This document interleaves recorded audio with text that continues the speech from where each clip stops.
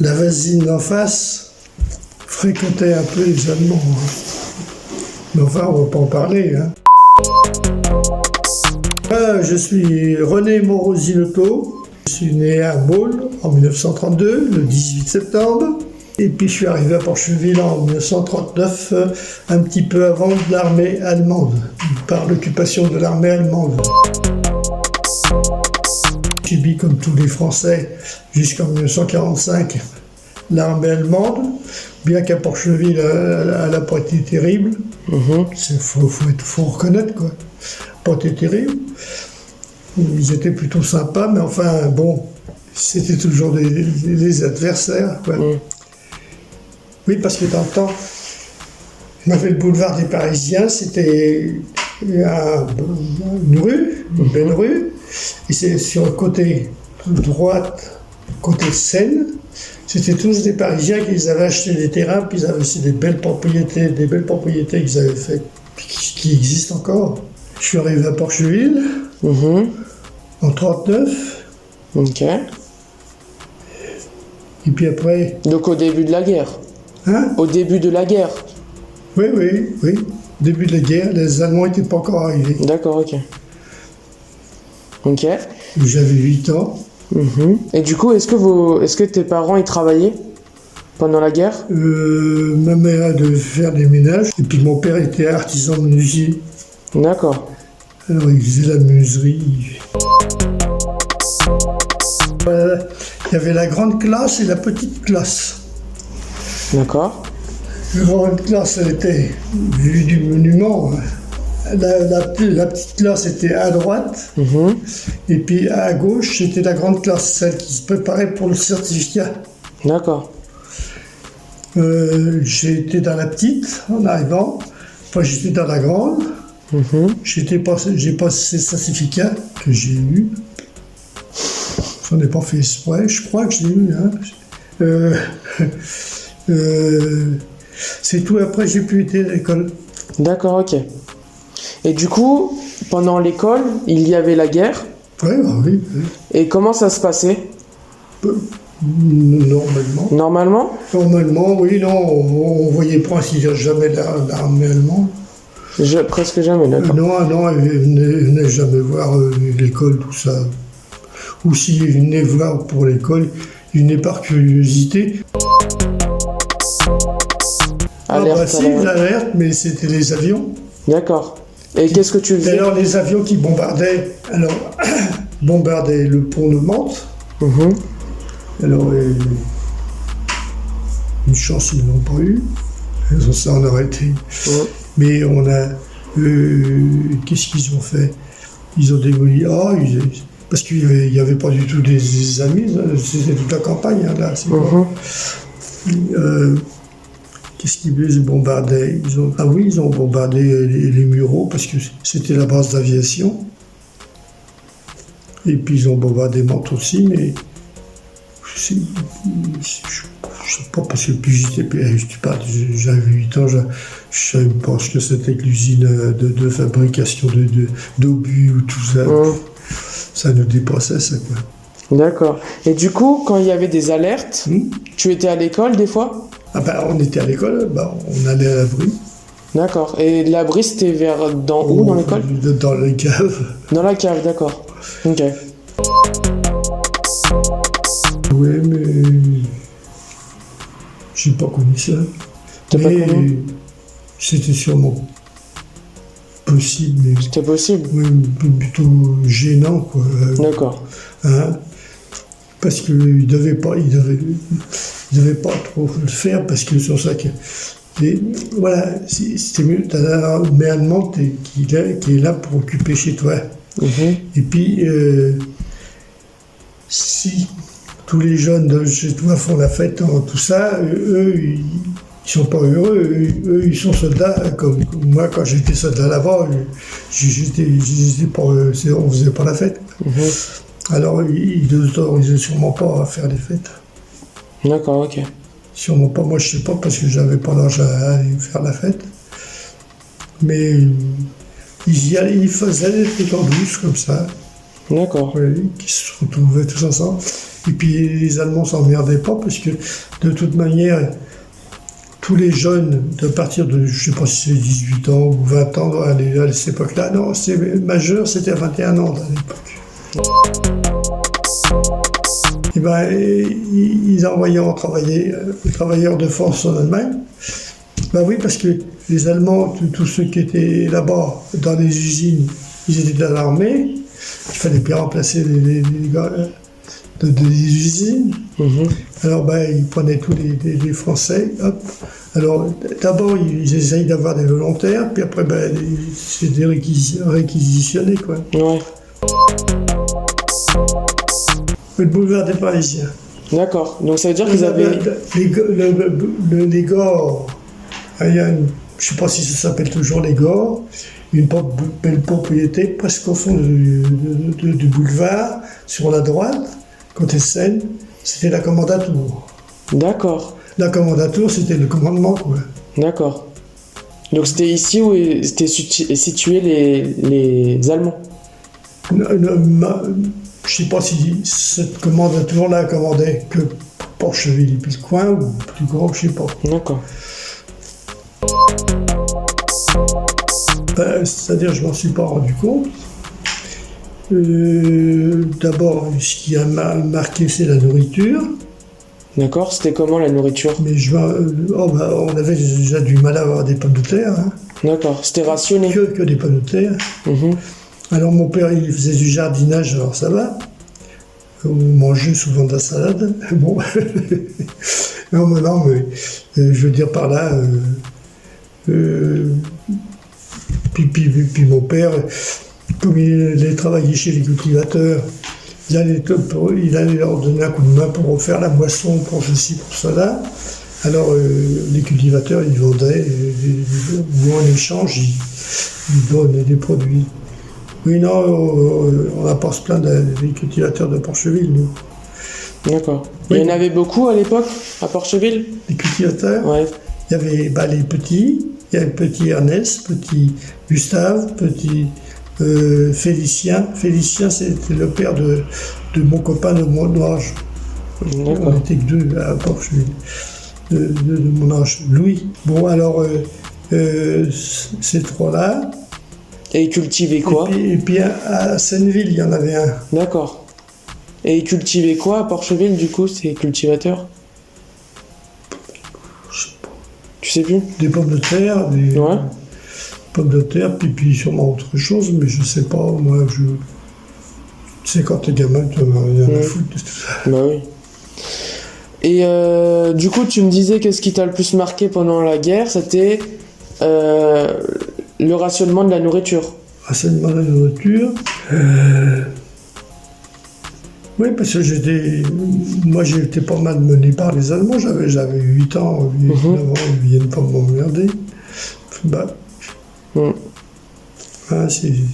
Et du coup, par rapport au rationnement de la nourriture, oui. ça se passait comment? T'avais un ticket? T'avais... Ah oui, bah, il y avait plein de tickets.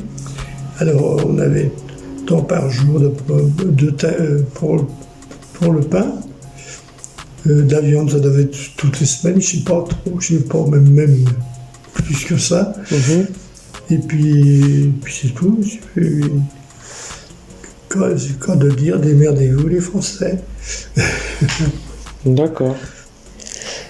Oui, alors si, pendant la guerre, on était les macaronis. Oui, tu peux le marquer ça. À l'école, les enfants des immigrés, parce qu'il y en avait beaucoup d'immigrés italiens en France. Et à Porcheville, pas mal.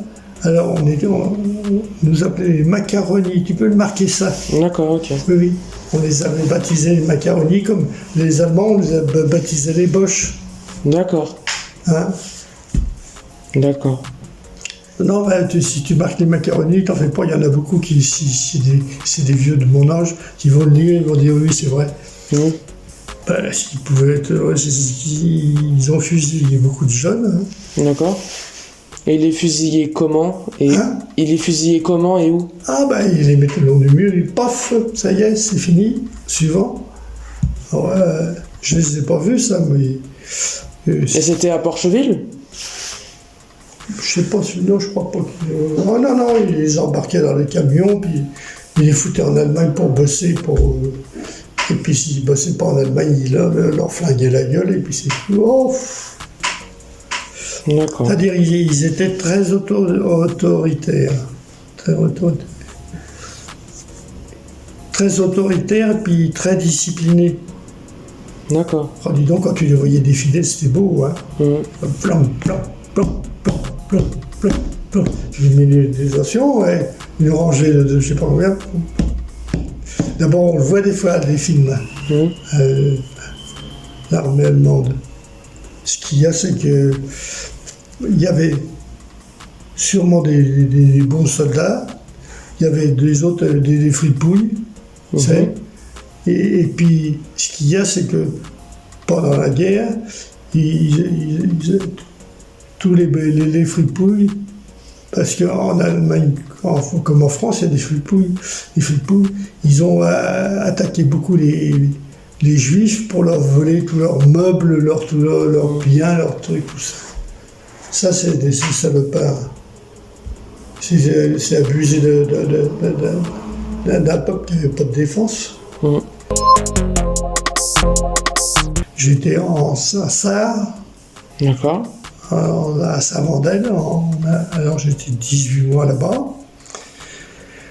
Après, j'ai été rappelé un peu dans le midi, je crois, 8 jours. Je ne sais pas pourquoi. Ils m'ont promené par la militaire. Puis après, j'ai été 6 mois en Algérie, de rappeler. Mon père, il travaillait chez Turbo Méca. Je ne sais pas si ça existe toujours, à Mézières. Hein? D'accord. C'était obligatoire qu'il arrive après. Il travaillait pour les Allemands là-bas, au Turbo Méca. D'accord. Hein? Puis ma mère, elle a peut-être été faire du ménage chez les Boches, ça m'étonne. Non, les Allemands, ils préféraient les jeunes poulettes qui viennent faire le ménage de tout. Et du coup, quand ton père et ta mère, comme ils travaillaient, est-ce qu'ils ramenaient un salaire? Ah oui. Oui. Ah bah oui. Mais du coup, ça servait à payer la nourriture ou... Oui. Pas payer, et puis il fallait quand même... Parce que quand il est arrivé à Porcheville, la maison n'était pas construite. Hein. Ouais. Il a fallu construire la maison, tout ça. Du coup, tu me disais que ton père, il travaillait à Mézières, c'est ça? Oui. D'accord. Et il y allait comment? En vélo. En vélo? Ah oui. Puis il traversait la Seine. Même il y a eu un moment qu'il n'y avait plus de pont, plus de passerelle, plus rien. Plus de passerelle de piétons. Elle a traversé en bateau. Et en bateau. Ouais, avec le rame. Une barque. Ouais, une barque. Et à l'époque, les voitures, c'était... il n'y en avait pas beaucoup. Pour ainsi dire pas.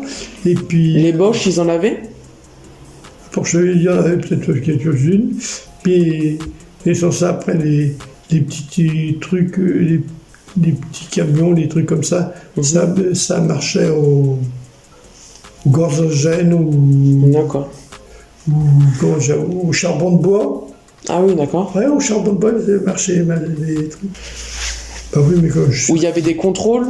Sûrement, mais comme je circulais pas, moi. Et puis, ils arrêtaient pour cela. Hein. D'accord. Bon, sûrement, des endroits, des contrôles importants, même. Oui, mais ils faisaient sûrement des contrôles importants quand ils étaient renseignés.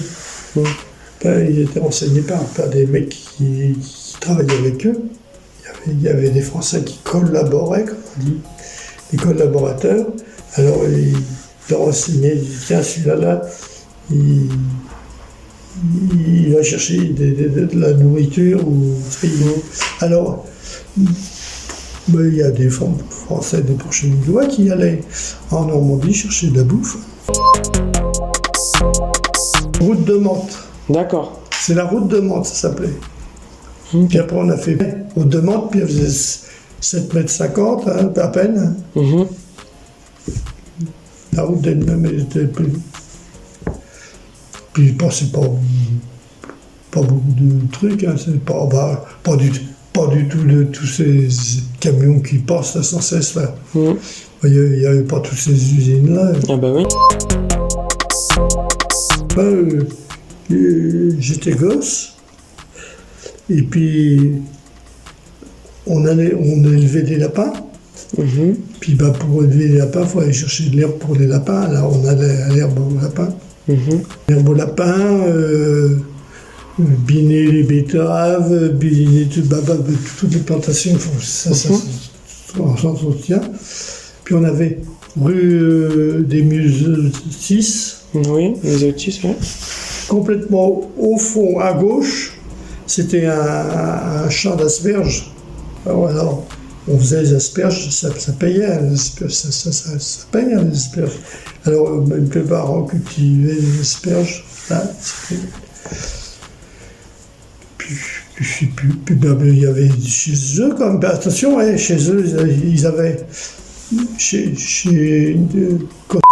tout ça, c'est-à-dire ils avaient juste la route de l'autre côté, toute la largeur, tout ça, tu vois un peu, ils avaient tout ça. On s'en rend pas compte parce que tu vois ce que je veux dire, c'est petit à petit, on s'en rend pas compte. D'accord. On s'en rend pas compte, hein. J'ai eu mon copain qui était fils du boucher, je crois, je ne me rappelle plus, qui a eu un accident grave sur la circulation. Oui, parce qu'ils roulaient comme des dingues, les gars, et puis ils n'avaient pas des véhicules capables de s'arrêter quand il faut, puis tout ça, enfin bon. Oui. Il y avait quoi? Un épicier. D'accord. Et du coup, c'était là où tu allais faire tes courses? L'épicier, il y avait le dépôt de pain, de l'épicerie, dépôt de pain, tout ça. Il se trouvait, en face, quelle rue que ça s'appelle, en face, le bureau de tabac. T'as le bureau de tabac, juste là, rue. Rue des Pressoirs. Rue des Pressoirs. Et Régnier se trouvait rue des Pressoirs à 50 mètres de la grande rue. D'accord. 2-3 marches pour monter chez lui. Puis à côté, il y a un portail. Alors là, c'était une pièce comme ça, quoi. Hein? Alors il faisait l'épicerie, l'épicerie, ce qu'il y avait. Hein. Ouais. et de tout à l'heure, tu m'as dit que la nourriture était rationnée avec des billets. Ah oui, mais voilà. Il te donnait, par exemple, je ne me rappelle plus les chiffres, par exemple, tu avais le droit à 125 grammes de pain par jour. Et puis c'est tout, c'était pas... D'accord, et cette nourriture, tu allais la chercher où? Ou tes parents, ils allaient la chercher où? Chez l'épicier. D'accord, et donc il n'y avait que lui à Porcheville qui donnait la nourriture? Oui. D'accord. Et puis ça arrivait je crois que c'était le boulanger d'Issou qui préparait, et puis c'était livré à Porcheville. D'accord.